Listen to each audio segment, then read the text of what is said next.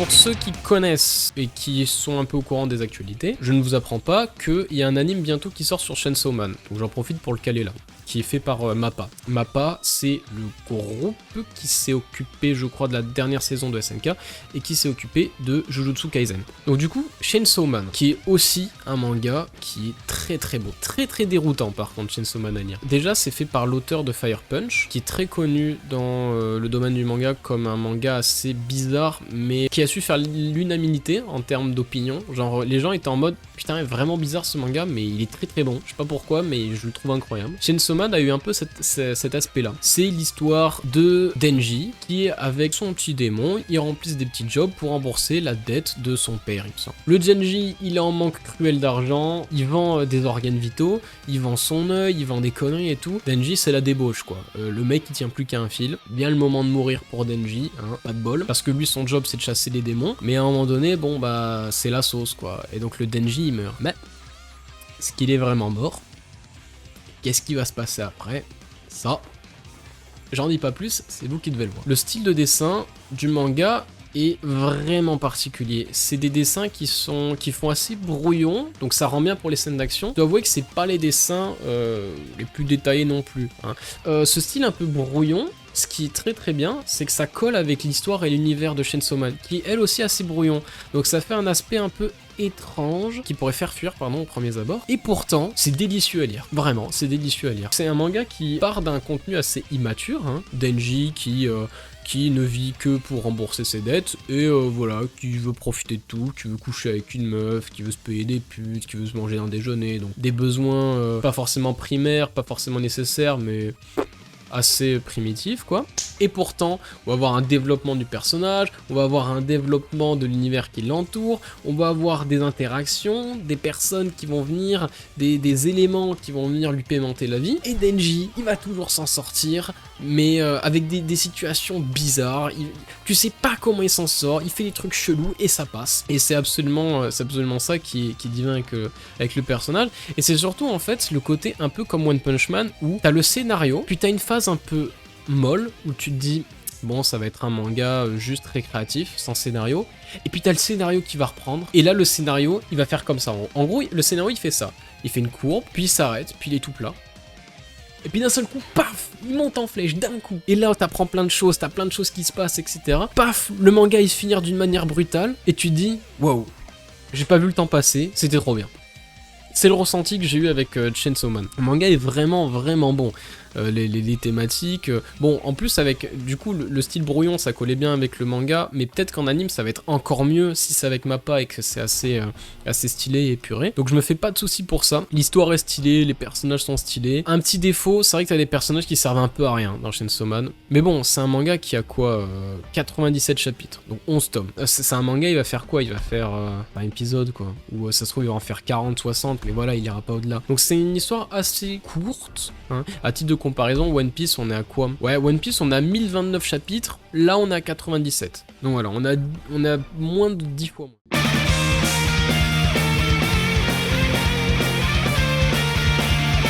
Hajime no Ippo, qui est un excellent manga aussi, décidément, je n'arrête pas de dire excellent. En même temps, je suis dans le top des mangas, quoi. Donc c'est un peu normal là, que tout ce que je trouve, je vais dire excellent. Donc du coup, Hajime no Ippo, donc un des mangas assez vieux, et qui est une pure pépite. C'est le manga que j'ai lu qui a le plus de chapitres, je crois, de toute ma vie. C'est-à-dire que le truc est plus long que One Piece, hein. 1358 chapitres, donc 330 de plus que One Piece. C'est l'équivalent de 30 tomes. C'est pas dégueu, hein. C'est-à-dire qu'il est 30% plus long que One Piece, le truc. De quoi ça parle, Hippo? Vous avez peut-être vu l'anime qui s'est arrêté, hein, et le manga est bien plus loin que l'anime, c'est pour ça que j'en parle, sinon j'en parlerai pas. On suit l'histoire d'Hippo, voilà, un petit gars qui, le manga commence, genre il se fait violenter par des gajos, et puis lui il est très gentil, donc il réplique pas. Et là, il y a une bête, un gorille qui s'appelle Takamura, qui se ramène et qui les goume, et qui fait « Petit, c'est pas bien de te laisser faire, viens à mon club de boxe. » Et là, Hippo, il se ramène, et il fait une prestation absolument épouvantable, mais il y a un truc. Il y a un truc. Tu vois, quand il frappe le sac de boxe, il a une force incroyable. Pourtant, il a aucune technique. Il va venir se fight avec un jeune prodige, et il va presque arriver à mettre KO le jeune prodige. alors que le mec a aucune technique et court partout et tout. Et donc du coup, le vieux qui au départ, donc le vieux coach qui au départ a l'air d'être un fils de pute uniquement attiré par l'argent et qui a l'air de s'en foutre d'Hippo, va devenir hyper attachant, va devenir son coach, va essayer d'amener Hippo le plus loin possible vers les tops mondiaux. Et le manga est uniquement centré sur la boxe. Mais ce qui est incroyable dans ce manga, c'est de voir le parcours d'Hippo. Même si on a une psychologie qui est pas aussi travaillée que sur Vagabond et Vinland Saga, on a quand même un aspect de Hippo, il réfléchit, il est pas seulement dans victoire ou défaite, tu vois. Il est pas uniquement dans je donne un coup, j'en reçois un. Et on va avoir aussi des sentiments derrière. En fait, ce qui est incroyable avec Hippo, c'est qu'on a l'impression de pas le voir grandir, on a l'impression qu'il se passe pas grand chose, et pourtant, quand tu fais le recul après 1358 chapitres, tu te dis, il y a tellement de choses, mais on le remarque pas parce qu'on est plongé sur Hippo, mais en fait il y a tellement de choses qui s'articulent autour de lui. Puis surtout, ce qui est très très bien avec Hippo, souvent dans les mangas de base, tu prends One Piece, Luffy, c'est un gars, il est fort de base au début du manga. Naruto, de base, je dirais pas que c'est le plus fort, mais c'est quand même un mec qui a un truc en plus. Tu prends Toriko, au départ il a une surforce. Bref, Hippo, ok, il a l'air d'avoir de la puissance quand il la mobilise, mais c'est une lavette. Il veut pas se battre. Le mec, c'est une feuille morte, c'est monsieur n'importe qui. Et c'est ça qui est incroyable. C'est que c'est monsieur n'importe qui et il va arriver à toucher les sommets. Et du coup, t'as un parcours qui est hyper intéressant à travailler et qui est hyper long, mais pas dans le mauvais sens du terme. C'est-à-dire que tout est détaillé. Tu vois absolument tout ce qui se passe étape par étape pour arriver à ce niveau-là. T'apprends la boxe, t'apprends des styles, t'apprends plein de choses. Ce cheminement de started from the bottom, now we're here, avec mon accent absolument dégueulasse, ben, c'est ce qui décrit bien.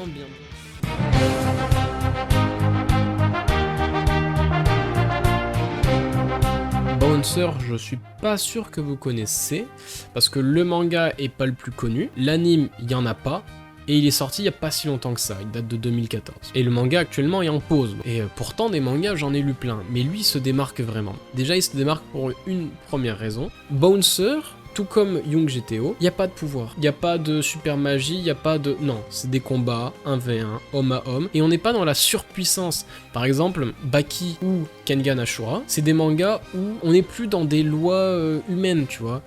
Dans Baki, bon bah c'est très bien, mais il y a un mec qui peut marcher sur l'autre, t'en as un il mange 100 000 calories par jour, il fait 2 tonnes, t'en as l'autre, il prend la foudre, il bronche même pas, même s'il n'y a pas de pouvoir, c'est des humains anormalement puissants. Dans Kengan Ashura c'est pareil, la technique pour booster son cœur, pour avancer, pour s'oxygéner plus vite et pour être plus performant, le mec il arrive, il donne un coup de poing dans un mur, il le pète, bon, même s'il n'y a pas de pouvoir, on est sur des humains anormalement puissants. Là, dans Bouncer et dans Young GTO, c'est pas le cas, on est sur des personnes très entraînées, très fortes, mais dans ce qui pourrait se faire. Dans, je sais pas, moi tu prends Conor McGregor, ou Floyd Mayweather, ou tu prends à son prime Mike Tyson, bah, c'est des mecs qui sont hyper forts pour le commun des mortels, mais qui sont pas surpuissants pour autant, tu vois. Le mec, tu lui tires dessus, bon bah il meurt, quoi. Bon, là on retrouve un peu cet aspect-là avec Bouncer, que j'adore. On suit un gars, s'appelle Shishido, Joichiro Shishido, il est perdu dans sa vie, il sait pas quoi faire, la seule chose qu'il sait faire c'est se battre, et voilà, c'est un peu la sauce du coup pour se trouver un job, il se fait virage 24, etc.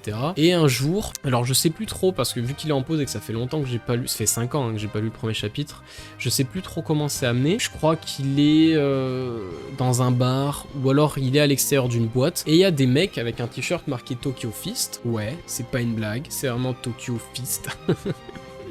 Donc du coup voilà, il y a des gardes du corps avec marqué Tokyo Fist qui je crois soit lui barre la route, soit il se bat avec, ok. Et il se fait, je sais plus, je crois il se fait démonter, quelque chose comme ça. Et je sais plus trop comment il arrive à arriver chez Tokyo Fist et il dit, les gars, je me rends compte que en fait vous vous battez, moi je sais me battre, je sais rien faire d'autre. Donc j'ai envie d'être comme vous en fait, j'ai envie d'avoir ce job de garde du corps, j'ai envie de postuler, etc. Donc bon bah les mecs ils sont en mode ok mais il va falloir passer un test hyper dur, puis surtout mon gars t'es mal barré quoi, je te rappelle que tu t'es fight avec un de nos membres, etc. Mais bon, admettons. Toichiro il fait les tests, etc. Et de là va s'en suivre comme un peu Young GTO, plein d'éléments extérieurs qui vont venir s'ajouter, et si tu veux, c'est pas le héros principal qui va chercher la merde, mais tu sais pas pourquoi, il attire tous les problèmes du monde. Il va se retrouver dans des sauces gigantesques, et un des trucs que j'admire, c'est que pas de censure. Il y a des meurtres dans le manga, et il n'y a pas de censure. Les gens meurent vraiment. On n'est pas dans un... Pardonnez-moi, hein, je veux pas critiquer, mais on n'est pas dans un Dragon Ball où tout le monde ressuscite. Là, quand quelqu'un meurt, il meurt. Quand quelqu'un a des séquelles, il a des séquelles. Le perso principal aura des petits traumas à un certain moment donné qui resteront, j'imagine, pour toujours. Hein, on sait pas comment ça va évoluer. Et ce qui est beau, c'est que on nous casse le code shonen. Et ça, je trouve ça génial. Par exemple, Joichiro, à un moment donné, il arrive et il se retrouve dans une salle d'entraînement avec quelqu'un. Et il y a des outils et tout, et l'autre, il dit, bon, mais vas-y, prends n'importe quel outil et on commence. Et Joichiro, il est en mode, non, mais... je vais pas prendre des outils, frérot. Je suis un bonhomme, je me bats à main nue et tout. Il fait, ah bon, parce que tu crois que la vie elle est aussi simple. Et là, il démonte Joichiro. Il le démonte. Et il fait, tu vois, si t'avais un outil, t'aurais pu t'en sortir. Et donc t'as une compréhension de... C'est marrant que ça soit un manga qui dise la vie c'est pas un manga, tu vois. Et du coup, t'apprends des méthodes, tu vois. À un moment donné, je crois, il y a un mec qui met un briquet dans son poing pour montrer qu'il a une meilleure poigne. À un moment donné, il y a le mec qui sort une ceinture et va venir se battre avec un fouet en expliquant qu'il faut maintenir une certaine distance avec la personne en face pour la gérer. Tu vas avoir des prises, tu vas avoir des explications un peu comme à la Baki ou Kengan Ashura, mais c'est des explications qui sont un peu moins poussées et un peu moins précises, mais qui sont plus réelles. Enfin, à un moment donné dans Baki, le mec il tape les oreilles, paf, le gars il est comme ça, il est hypnotisé, il s'imagine des choses, etc. en mode technique de l'hypnotiseur. Je suis d'accord que sur le plan technique ça peut marcher, mais en théorie c'est vachement plus dur à appliquer. Là dans Bouncer, c'est le cas. Dans Bouncer, il t'explique des trucs, etc. et ça marche. Et je trouve ça stylé. T'as un développement du personnage, tu passes du gars qui fait que se battre à bon ben un gars un peu plus posé, un peu plus réfléchi, qui a vraiment une expérience, genre tu sens une aura qui se dégage de lui. Voilà, il y a des éléments qui se passent et tu peux pas revenir en arrière. Il va y avoir des petites conneries et on pourra pas revenir dans le temps pour les corriger. Et donc ça va amener des événements assez sérieux, assez lourds. Vraiment, j'ai un gros regret, c'est que le manga est en pause. Le manga est incroyable et il est en...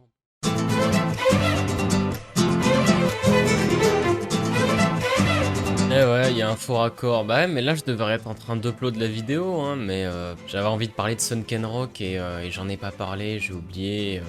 Est-ce que t'as vraiment envie de sortir la vidéo en mode putain, j'ai pas vraiment fini ce que je voulais faire, mon petit bébé il est pas peaufiné jusqu'au bout.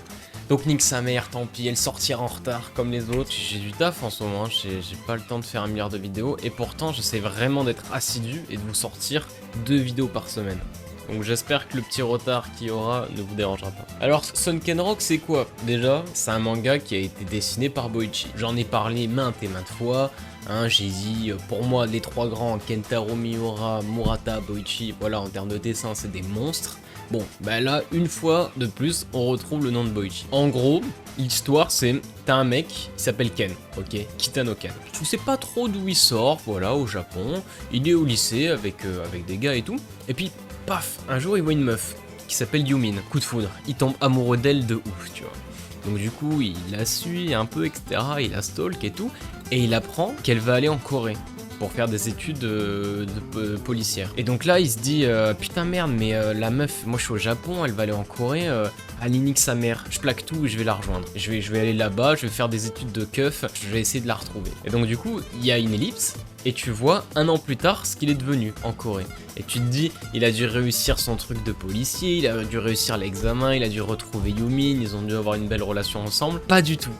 Pas du tout. Il est dans un appart minable, tu le vois, il est tout poisseux, il pue, il est moche, il est dégueulasse. Et en fait, il a rien branlé pendant 1 an, quoi. Il y a un peu ce côté un peu loufoque où tu rigoles de la situation. T'es pas en mode oh putain c'est chaud et tout. Non, tu rigoles de. Il y a un comique de situation. À un moment donné, il sort, je crois, dans un bar. Il y a le serveur qui est hyper sympa avec lui, donc ok, au calme. Et il y a des gajos qui arrivent, tu vois. Il y a des gars qui viennent et en mode un peu mafia. En mode, bah Zinc, va falloir nous payer maintenant. On est là, on protège le secteur, maintenant il faut que tu payes. Sauf que le serveur, il a pas les thunes. Et ta Ken, il est là. Et là, t'es plus dans le sérieux parce que il est au bout de sa vie, même si on en rigole, il est au bout de sa vie, il fout rien, etc. Le mec, je crois qu'il avait pas d'argent pour payer son repas et le mec lui a offert. Tu sais, t'as un attachement envers les... T'es dans le manga, t'as souvent cette vieille personne hyper gentille, hyper mature, et t'es en mode putain, le vieux, je peux pas... Oyaji, je sais plus si c'est ça, mais t'es en mode, je peux pas laisser le vieux comme ça. Et là, Ken, alors qu'il est tout poisseux et tout, il démonte la gueule au type. Je crois qu'il y a d'autres gars qui se ramènent, il leur casse la gueule, etc. Et il est en mode, j'en ai rien à foutre.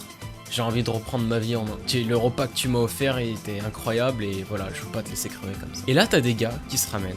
Et Ken, il est un peu sur ses gardes et il dit, attends, on t'a vu de loin, on est un groupe de mafieux et il nous faut un chef. Et je crois que tu feras le job. Et Ken il est en mode non mais attendez, je peux pas, j'ai envie de faire des études de keuf, je veux pas me lancer dans la mafia, etc. Et finalement il va accepter. Et Ken devient chef d'un tout petit gang. Alors gang qui va prendre un peu d'influence, qui va devenir un petit peu le centre d'attention de tout le pays. Et c'est là où ça va être intéressant. C'est que Yumin, qui elle est dans la police, va en entendre parler. Et elle aura ses raisons, hein, vous verrez en lisant le manga, elle a ses raisons. Elle va vouloir à tout prix démonter le gang. Et donc on va avoir un peu un jeu de Ken qui va retrouver Yumin et il va devoir jouer une double vie. Parce que d'un côté, il veut la séduire, il veut la pécho, donc il va lui faire croire voilà, qu'il mène une belle vie, une vie hyper saine, etc. Et de l'autre, t'as Yumin qui va vouloir démonter le groupe de mafieux de Ken, mais ni l'un ni l'autre sont courants. T'as Ken qui dit pas à Yumin qu'il est le chef de ce groupe de mafieux, et t'as Yumin qui dit pas à Ken qu'elle est sur la piste, et justement, et qu'elle veut détruire ce groupe de mafieux. Et donc voilà, t'as une espèce de double jeu, mais pas vraiment voulu. C'était pas comme dans un Death Note où t'as Light, pardon, qui veut pas se faire choper parce que c'est Kira. Là, c'est vraiment pas voulu, tu vois. Le gros point fort de Sunken Rock, au-delà des combats, comme j'ai dit pour Young GTO, comme j'ai dit pour Bouncer, il n'y a pas de pouvoir, là c'est des combats à main nue, mais là on n'est plus dans du règlement de compte de petits gamins à 16-17 ans quoi. Non, là on est vraiment plus... c'est un gang quoi, c'est un gang de mafieux. Il va y avoir des bails dans des maisons closes, il va y avoir des bails dans des casinos, il va y avoir des bails dans tout ça. Justement le truc qui est incroyable dans ce manga et le vrai point fort, c'est la tentation. Ken, il va être tenté dans tous les sens, tu vois. Tout le monde voudrait être Ken. T'es là, genre lui il est puceau, il veut que Yumin, mais il y a plein de meufs qui veulent le serrer. Il y a tellement d'argent qui coule à flot qui pourrait se payer n'importe quoi. Il y a tout qui pourrait le faire flancher, qui pourrait le faire sombrer, qui pourrait le faire devenir complètement esclave de ses émotions. Et pourtant Ken, malgré le fait qu'il est au top level, il a tout et pourtant il va conserver sa routine entre guillemets minable. Parce qu'en plus le truc c'est que au-delà de tout ça, c'est un manga qui est vraiment qui est vraiment drôle à lire quoi. Mais c'est marrant parce que ces mangas se ressemblent. On est dans une vibe un peu de GTO aussi hein. En clair, si vous aimez ce genre de registre là, un peu baston, main nue, humour un peu absurde, loufoque, un peu tiré par les cheveux, bah vous allez vous régaler sur Sunken Rock. Vraiment ça va être vraiment incroyable. La boucle est bouclée, la vidéo, donc la partie 2 de la première vidéo que j'ai faite se termine maintenant. Comme un con, je décide de me rajouter du montage parce que je veux rajouter des choses et je veux parler de Sunken Rock, bon c'est pas grave. N'oublie pas, like, abonne, partage, commente, active la cloche, c'est le plus important. On est bientôt 200 les gars, et je t'avoue que mine de rien, ça monte petit à petit. Et là, depuis que j'essaie de reprendre les 2 vidéos par semaine, même si je vois les mêmes pseudos qui reviennent en commentaire, il y a de temps en temps des petits nouveaux, et c'est cool, c'est cool. Je peux discuter avec des gens. J'ai eu des messages sur Twitter, voilà, de personnes dans mes posts, de personnes qui sont venues me parler directement, et ça fait chaud au cœur de sentir que ma communauté c'est pas encore un incendie, un brasier, mais l'allumette elle est allumée, tu vois. Il y a ce petit foyer qui est chaud et qui commence à prendre forme, tu vois. Il est en train d'éclore. Et franchement, ça fait super plaisir. Là, j'ai qu'une hâte, c'est de stream. Mais comme j'ai dit, j'ai envie de vraiment me pencher sur comment préparer les scènes sur OBS, améliorer un petit peu le graphisme de ma chaîne Twitch. Enfin bref, vous me faites giga plaisir les gars. Continuez comme ça. On est sur une trop bonne lancée pour que ça s'arrête. Donc on continue à fond sur cette lancée. Moi, je vous dis à la prochaine. Et je vous souhaite de passer une très bonne soirée. On se retrouve bientôt, jeudi 18 h, et on se retrouve surtout bientôt en stream. Prenez soin de vous. Ciao.